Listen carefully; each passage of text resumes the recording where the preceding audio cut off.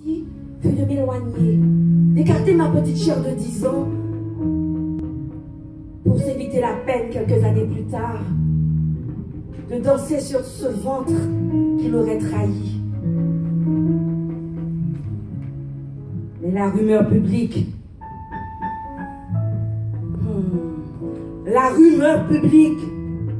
l'accusa de cracher sur son propre ventre.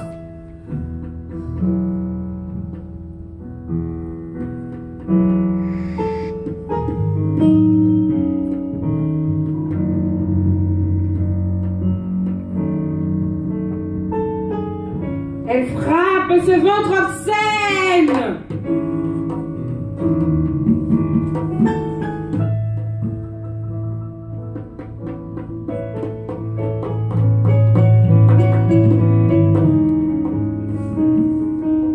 Elle veut en expulser l'œuf.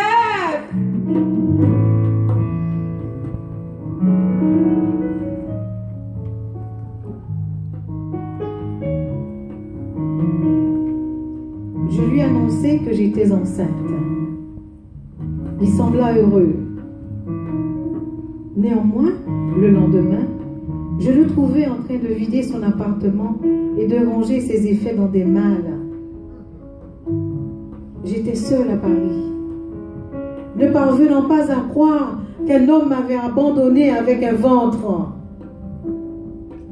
Une seule explication possible, ma couleur. Lui, c'était un mulâtre. Je parvais difficilement à supporter les longs mois de cette grossesse solitaire. J'étais dépressive et dénutrie. J'accouchais d'un fils à qui je donnais par hasard le nom de Denis. Faute de moyens, j'avais dû confier mon adorable nourrisson à l'assistance publique. La vie est difficile pour une femme, surtout pour une femme de couleur, avait-elle dit. Et voilà que je me découvrais une grand-mère blanche. Je m'en trouvais fière. Et ma mère était donc une métisse. Une métisse. Je la trouvais plus jolie que jamais, et plus fine, et plus distinguée. J'aurais dû m'en douter en voyant son teint pâle. Si elle avait épousé un blanc, peut-être aurais-je été tout à fait blanche. Et que la vie aurait été moins difficile pour moi. Je songeais aussi à cette grand-mère que je n'avais pas connue et qui était morte parce qu'elle avait épousé un homme de couleur martiniquais. Comment une Canadienne peut-elle épouser un Martiniquais?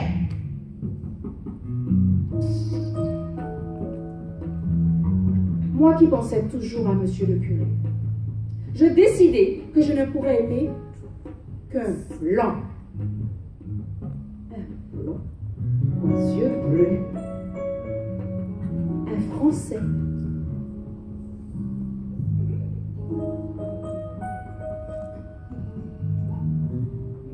Si l'homme noir se trouve aliéné aux Antilles, la femme noire l'est encore plus. En ce qui la concerne, on pourrait parler, avec raison, d'une double aliénation, précisément à cause de sa double appartenance à ce que appellent les deux mondes infériorisés. Victime et emprisonnée dans sa couleur, elle se trouve encore victime de sa situation de femme.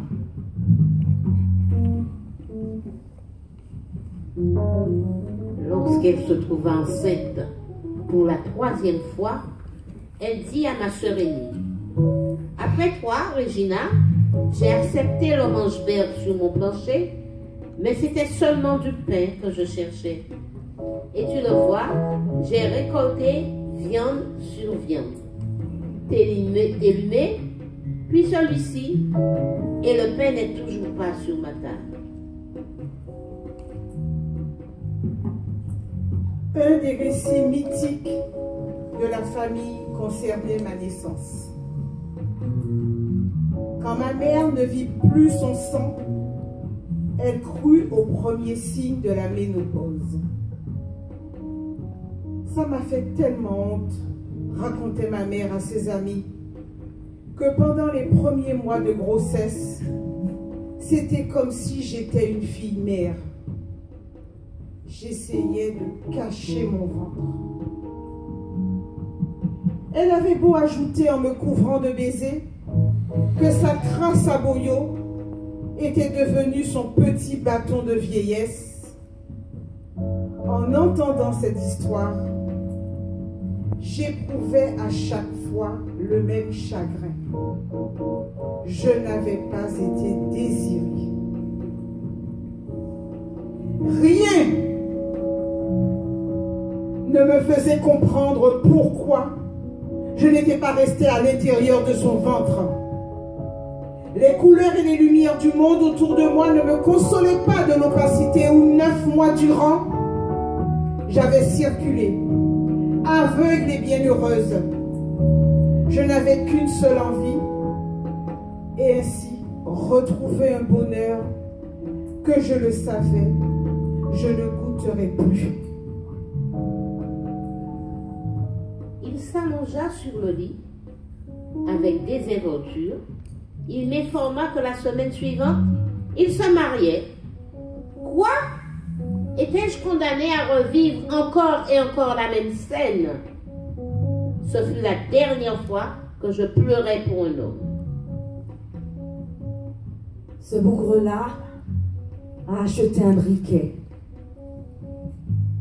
Cependant, il ne fumait pas. Sandra. Il songeait à Sandra, son éternelle cigarette, pointant au bout de ses longs doigts. Il a voulu acheter de l'essence avec son petit bidon. Pourtant, il n'était pas en panne. La veille, il avait fait le plein. Il était plein de Sandra. La circulation était dense, lui offrant la possibilité de ressasser. Il voulut éteindre l'autoradio qui le bassinait de chansons d'amour, de Never More de toujours. Il n'écouta plus la musique en plein épi. Devient son seul leitmotiv. La première station était fermée. Il a eu le temps de réfléchir. Il n'avait en tête que Sandra. Il a fait 2 stations dans le serein du jour levant. Il a essayé une 3e.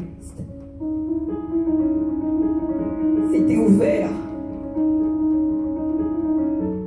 Pendant qu'il faisait la queue, il avait encore le loisir de méditer. Sandra occupait toutes ses pensées. Il se concentrait sur Sandra. Dans la marmelade de voitures sur l'autoroute, au long des longs ralentissements, il lui était encore possible de se raisonner.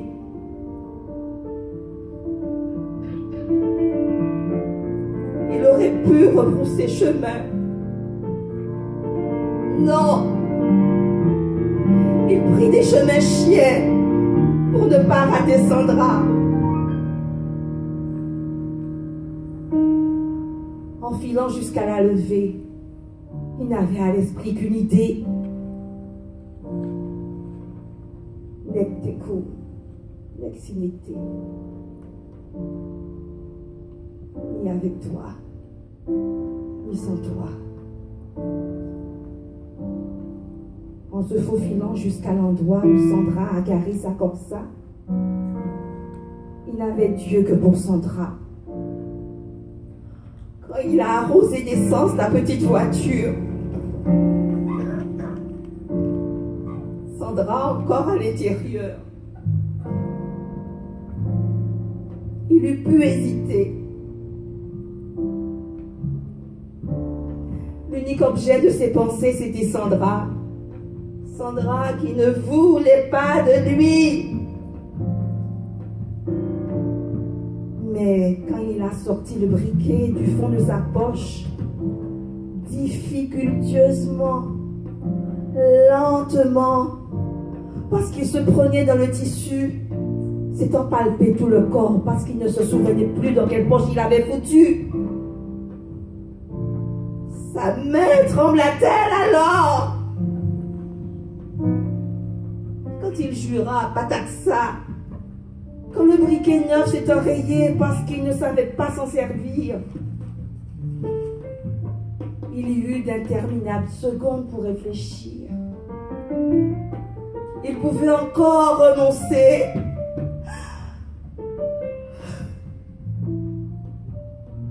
Pendant qu'il secourait le briquet qui ne voulait pas s'allumer, parce qu'il n'avait pas l'habitude, il a eu le temps de changer d'avis. Et quand il a mis le feu, a-t-il croisé son regard, ne serait-ce qu'un fugace instant?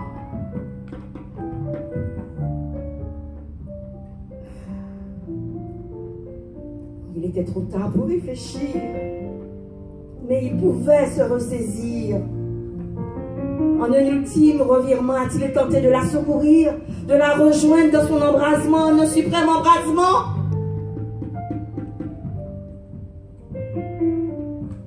Sandra. Elle s'appelait Sandra!